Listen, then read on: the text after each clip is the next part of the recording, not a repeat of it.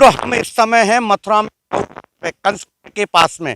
और जैसा कि मैं यहाँ देख पा रहा हूँ, कुछ समय पहले जब मैं आया था तो यहाँ बहुत सुंदर वातावरण था और आरती स्थल बनाया गया था यमुना मिशन के द्वारा, और यह सुंदर आरती होती थी। सुबह सुबह महिलाएं और पुरुष यहाँ आके योगा किया करते थे। ऐसा सुरम्य वातावरण यमुना मिशन के द्वारा यहाँ तैयार किया गया था। किसी भी जाति धर्म का कोई भी व्यक्ति यहाँ आ सकता था। और यहाँ लगभग इस स्थान से लेकर 14 किलोमीटर वृंदावन की तरफ यहाँ बृहद वृक्षारोपण यमुना मिशन के द्वारा किया गया और बहुत सुंदर वातावरण यहाँ बनाया गया। लेकिन कुछ लोगों को ये अच्छे काम हजम नहीं हुए और उन्होंने यहाँ, आप दिखाइए जरा भैया, यहाँ ये देखिए, ये स्थान है जहाँ शाम को आरती हुआ करती थी और लोग दर्शन करने के लिए आते थे और यहाँ बड़ा अच्छा लगता था। हिंदूवादी सरकार है, हिंदुओं की सरकार है, मंदिर मस्जिद पे लड़ाई हो रही है, लेकिन जो जगह यहाँ तैयार की गई थी उस जगह को कुछ लोगों की हठधर्मिता के चलते एनजीटी के नाम पर ध्वस्त करने की कोशिश की है और ध्वस्त कर दिया गया है। ऐसा बताया गया कि यहाँ उनको ये अंदेशा था कि यमुना मिशन वाले कब्जा कर रहे हैं। मैं उनसे पूछना चाहता हूं कि यहाँ यमुना मिशन वाले किसी को आने से रोकते थे क्या? बच्चे आए, बूढ़े आए, जवान आए, औरत आए, कोई भी आए, सबके लिए झूले की पटरी की सब व्यवस्था थी, कोई भी यहाँ आ सकता था। इतना सुंदर वातावरण, जहाँ डलाव घर था, नशेड़ी लोग यहाँ पड़े रहते थे, उस जगह को डेवलप करके यमुना मिशन वालों ने एक बहुत अच्छा वातावरण तैयार किया। जो काम नगर निगम को करना चाहिए था, सरकार को करना चाहिए था, वही यमुना मिशन ने बिना चंदा लिए, बिना 1 रुपये लिए यहाँ काम किया, अपना पैसा लगाया। मित्रों, धनाढ्य लोग तो मथुरा जिले में बहुत हैं, लेकिन अपने पैसे से जनुपयोगी काम करें ऐसे बिरले लोग होते हैं। ऐसे ही एक प्रदीप बंसल हैं, उन्होंने यहाँ अपना पैसा लगाया और इस जगह को डेवलप किया। लेकिन दुख की बात यह है कि विकास प्राधिकरण या नगर निगम ने यहाँ जो ध्वस्तीकरण किया है यह निंदनीय है। ऐसा लगता है ये किसी पूर्वाग्रह से ग्रसित होकर ये काम किया गया है। भैया दिखाएं जरा इस तरफ, देखिए ये नगाड़े रखे हुए हैं, यहाँ कभी घंटियाँ और शंख की ध्वनि होती थी और इस जगह को किस तरीके से इन्होंने नष्ट किया है। और इसमें हमको ऐसा लगता है सिंचाई विभाग की भी भूमिका है। क्या कारण है? अगर उनको कोई परेशानी थी या कोई बात थी तो यमुना मिशन के साथ बैठ के काम करते। मैं आह्वान करता हूं उन लोगों का, मथुरा जिले के, जो यहाँ आया करते थे, दर्शन करते थे और यहाँ घूमते थे, वो देखें और ये सोचें और समझें कि ये जो काम हुआ है ये कितना गलत हुआ है। अपनी आवाज़ बुलंद करें। और मैं उन अधिकारियों से भी बोलता हूँ कि ऐसा कोई वातावरण अगर उन्होंने तैयार किया है तो वो यहाँ दिखाएं। किसी के बनाए हुए काम को, जो जनोपयोगी काम था, उसे नष्ट करके काम ठीक नहीं किया है। हमारे साथ एक बहन जुड़ गई हैं, ये यहाँ। मैडम, आप अपना नाम बताएं जरा। प्रीति अग्रवाल। प्रीति अग्रवाल, आप यहाँ हमेशा आती रही हैं? जी। तो आज आप यहाँ आ रही हैं, आपको कैसा लग रहा है? यहाँ पे कैसा लग सकता है सर आपको? आप बताइए। यहाँ पे आकर ऐसा लग रहा है जैसे कि मैंने सब कुछ खो दिया, अपने घर से सब कुछ खत्म कर दिया हो। जैसे जिस दिन ये टूटा हुआ था, जिस दिन ये सब बर्बाद हुआ, उस दिन एक एक आंसू खून के से निकल रहे थे। उन लोगों पे, नगर निगम वालों पर जरा सी भी कोई भी इफेक्ट नहीं पड़ा। हम किसी के रोकने से, कुछ भी करने से, उनको उस समय इस तरह का भूत सवार था, अगर जनता भी सामने आती उसको भी मार देते। तो ये कहीं ना कहीं कोई पूर्वाग्रह या कोई ईर्ष्या भावना, ऐसा कुछ आपको लगता है? इस जैसे उन्होंने कार्य किया है, लगता तो ऐसा ही है जैसे उन्होंने कोई दुश्मनी निकाली है यहाँ से।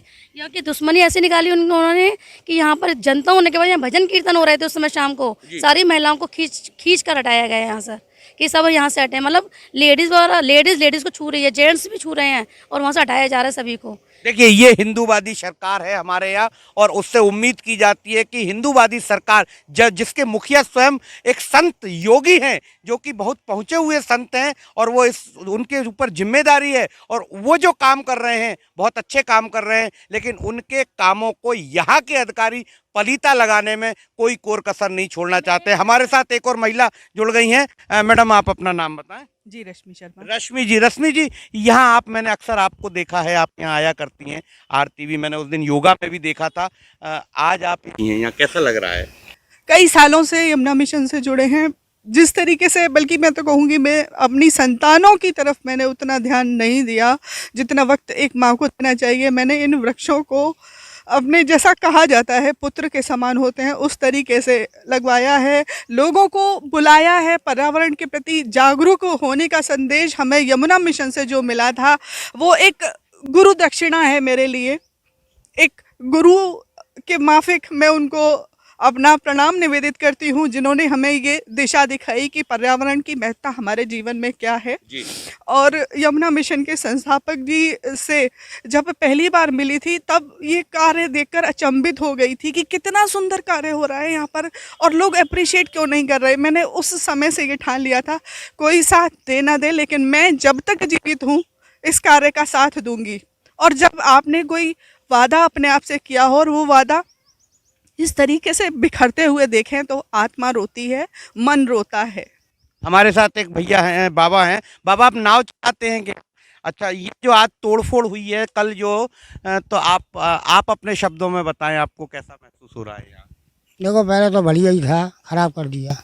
खराब कर दिया है तो आप दुखी हैं? और क्या दुखी हैं, 2 पैसे का धंधा करते थे, अब धंधा नहीं है। धंधा भी बंद हो गया है। देखिए, लोगों का रोजगार भी यहाँ से चलता था और वो रोजगार भी खत्म हुआ। कितना अच्छा काम था यमुना मिशन का।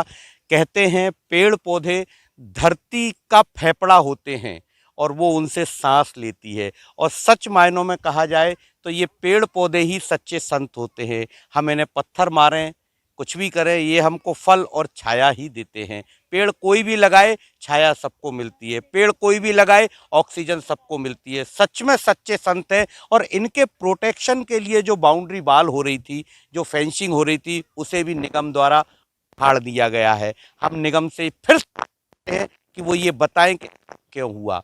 अगर उन्हें लगता है कि यहाँ अतिक्रमण हो रहा था तो अतिक्रमण किसके लिए हो रहा था? ये जमीन सरकार अपने घर नहीं ले जाएगी। ये जमीन हम ब्रजवासियों की है और ब्रजवासियों के लिए है। और ये पेड़ पौधे जो लगा रहे हैं ये सभी के लिए है। इनकी ऑक्सीजन, ऐसा तो नहीं है कि ये पेड़ पौधे उन अधिकारियों को ऑक्सीजन नहीं देंगे, ये उन्हें भी ऑक्सीजन देंगे। और उन्हें ये सीखना चाहिए कि हमें ऐसे कार्य को दोबारा नहीं करना है। जी बताएं, हाँ क्या ये कुछ? तालाबघर सही बना हुआ है क्या नगर निगम से? यमुना माँ के सामने कूड़ा भरने के लिए। अब ये तो नगर निगम वाले बताएंगे। नगर निगम से मैंने पूछा था उस समय, उन्होंने कोई जवाब नहीं दिया। उनसे क्वेश्चन करती रही, तुरंत की तुरंत भाग गए वो लोग शाम अब को। भैया कुछ कहना चाह रहे हैं, बताएं। जी, मैं ये कह रहा था कि जो यहाँ पर इतना सुंदर कार्य था, यहाँ पे आरती वगैरह होती थी, लाखों लोग यहाँ पे शाम के टाइम आते थे और वृक्षों के ऑक्सीजन प्राप्त करते थे। और अतिक्रमण के जो नाम पे इन्होंने एक अतिक्रमण अभियान चलाने की कह रहे थे। जैसे अतिक्रमण क्या अतिक्रमण है यहाँ, यानी कि वृक्षों की मिट्टी को रोकने के लिए एक कोटा बनाया गया, उसको ये अतिक्रमण है। जो बगल में कॉलोनियाँ हैं, मकान बन रहे हैं, बिल्डिंग, वो अतिक्रमण नहीं है। यहाँ पे ये एक छोटा सा घाट था, यानी कि 4 सीढ़ियों वाला, ये अतिक्रमण हो गया इनके लिए। ये बड़ा, ये अतिक्रमण किस चीज़ को कहते हैं? ये अतिक्रमण तो इसको कहना चाहिए, यहाँ बिल्डिंग होती, ऑफिस होते, कार्यालय बना दिए होते, तो इसको कहते हैं अतिक्रमण। जो वृक्षों की मिट्टी, जो बालू मिट्टी होती है, उसको रोकने के लिए एक परकोटा बनाया गया, जो जिसमें हजारों पेड़ लगे हुए हैं, उनको रोकने के लिए दीवार हमने जो ईंटों की वो बनाई है, सिर्फ मिट्टी को रोकने के लिए, कटान को रोकने के लिए।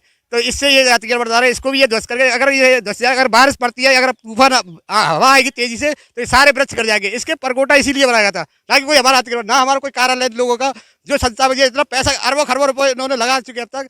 और अच्छा, किसी से चंदा भी आता है क्या? कोई चंदा नहीं, कोई चंदा नहीं, चिट्टा लेते ये नहीं। कितनी अच्छी बात है, किसी से कोई चंदा नहीं था और फिर भी इन्होंने अपने प्रयासों से यहाँ बहुत अच्छा काम किया है। और उसको इस तरीके से, जबकि हम कई बार शिकायत करते हैं निगम में या प्राधिकरण में कि अमुक जगह पे अतिक्रमण हो रहा है, वहाँ अधिकारी नहीं पहुँच पाते, लेकिन ये जो जनउपयोगी कार्य था, आज उसे ध्वस्त करके निगम ने हमारे मन में जो उनके प्रति आस्था थी, वो आस्था अनास्था में बदल दी है। और हम बाध्य हैं उनकी भर्त्सना करने के लिए, निंदा करने के लिए, जो लोग एनजीटी के नाम पर इस तरीके का काम कर रहे हैं। न्याय टीवी के लिए योगेश शर्मा।